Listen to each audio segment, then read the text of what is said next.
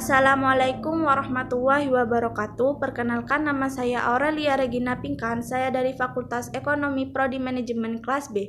Di sini saya akan mempresentasikan tugas saya, yaitu Al-Islam bertentangan tentang hakikat pandangan manusia dalam Islam. Pengertian manusia menurut agama Islam. Dalam Al-Quran, manusia dipanggil dengan beberapa istilah, antara lain yaitu Al-Insan, Al-Nas, Al-Abd, dan Bani Adam.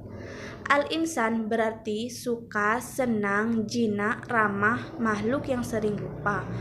Al-nas berarti manusia jamak. Al-abd berarti manusia sebagai hamba Allah. Bani Adam berarti anak-anak Adam karena berasal dari keturunan Nabi Adam. Namun dalam Al-Quran dan Al-Sunnah disebutkan bahwa manusia yang paling mulia dan memiliki beberapa potensi. Manusia adalah makhluk yang paling mulia, makhluk yang berpikir, makhluk yang memiliki 3 dimensi, badan, akal, dan ruh. Manusia di dalam pertumbuhannya dipengaruhi faktor keturunan dan lingkungan. Asal-usul kejadian manusia. Dalam pandangan Islam sangat bertentangan dengan apa yang telah dikemukakan oleh para pencetus dan pendukung teori evolusi. Charles Darwin berpendapat bahwa makhluk hidup termasuk juga manusia adalah yang berasal dari evolusi atau pertumbuhan makhluk hidup sebelumnya yang memiliki kemampuan sederhana. Kejadian dan asal-usul manusia menurut Islam. Al-Quran menjelaskan beberapa tahapan dalam proses kejadian dan asal-usul manusia secara rinci. Ketiga tahapan tersebut adalah kejadian dan asal-usul manusia pertama. Kejadian asal-usul manusia pertama yang berarti pula proses penciptaan Adam diawali pembentukan fisik dan membuatnya langsung dari tanah yang kering, kemudian ditiupkan ruh ke dalamnya sehingga ia dapat hidup. Dan kejadian dan asal-usul manusia kedua, Allah menciptakan segala sesuatu secara berpasangan, begitupun dengan manusia. Adam yang hendak diciptakan dipasangkan oleh Allah dengan lawan jenisnya yang diciptakan dari tulang rusuk Adam, yaitu Siti Hawa. Kejadian dan asal-usul manusia ketiga. Kejadian dan asal-usul manusia ketiga terkait dengan proses kejadian seluruh umat keturunan Nabi Adam dan Siti Hawa. Proses kejadian manusia yang disebutkan dalam Al-Quran ternyata setelah dewasa ini dapat dipertanggungjawabkan secara medis. Dalam Al-Quran, asal-usul manusia secara biologi dijelaskan dalam surat Al-Mu'minun yakni ayat 12-14 sebagai berikut. Dan sesungguhnya kami telah menciptakan manusia itu dari satu saripati, berasal dari tanah, kemudian kita jadikan saripati itu air mani yang disimpan dalam tempat yang kokoh atau yang biasa kita sebut dengan rahim. Kemudian air mani itu kami jadikan segumpal darah. Lalu segumpal darah itu kami jadikan segumpal daging, dan segumpal daging itu kami jadikan tulang belulang, lalu tulang belulang itu kami bungkus dengan daging. Kemudian kami jadikan ia makhluk yang berbentuk. Maka Maha Suci Allah, pencipta yang paling baik.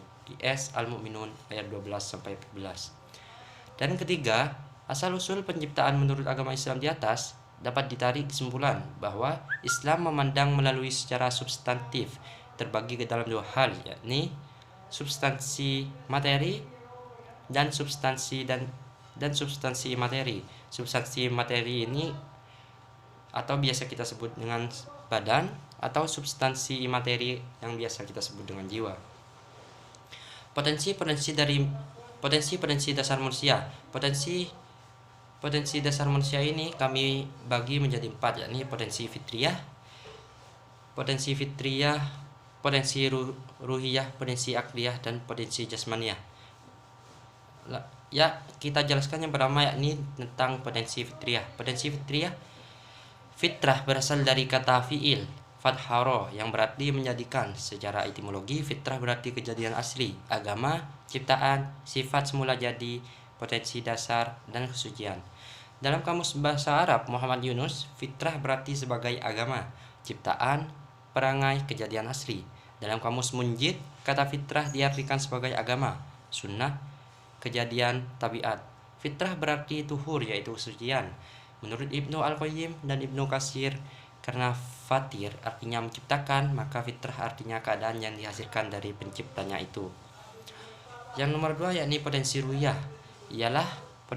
Potensi ru'yah ialah potensi yang dilekatkan pada hati nurani untuk membedakan dan memilih jalan yang hak dan yang batil, jalan menuju ketakwaan dan jalan menuju kedurhakaan.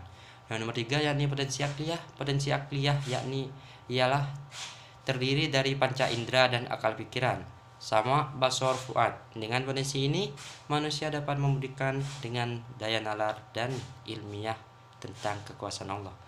Dan yang terakhir yakni potensi jasmania.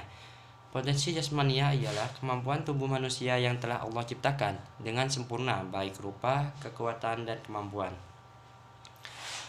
Kelemahan-kelemahan manusia. Di sini kami beri contoh 10, yakni nomor 1, manusia itu selalu membantah. 2, manusia bersifat lemah. 3, manusia selalu zalim dan bodoh. 4, manusia senang berbuat maksiat. 5, manusia mencintai kehidupan dunia. 6, manusia melampaui batas.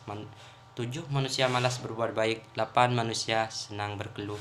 9, manusia tergesa-gesa. Dan 10, manusia itu pelit.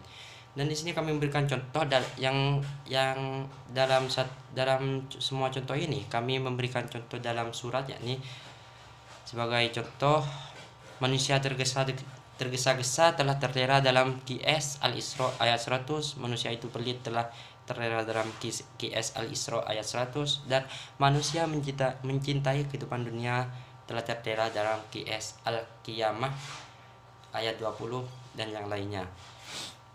Kelebihan manusia dari makhluk lainnya, yakni kami contohkan nomor 1 yakni makhluk yang paling unik. 2, manusia memiliki kemampuan yang mungkin beriman kepada Allah. 3, manusia diciptakan Tuhan untuk menjadi khalifah.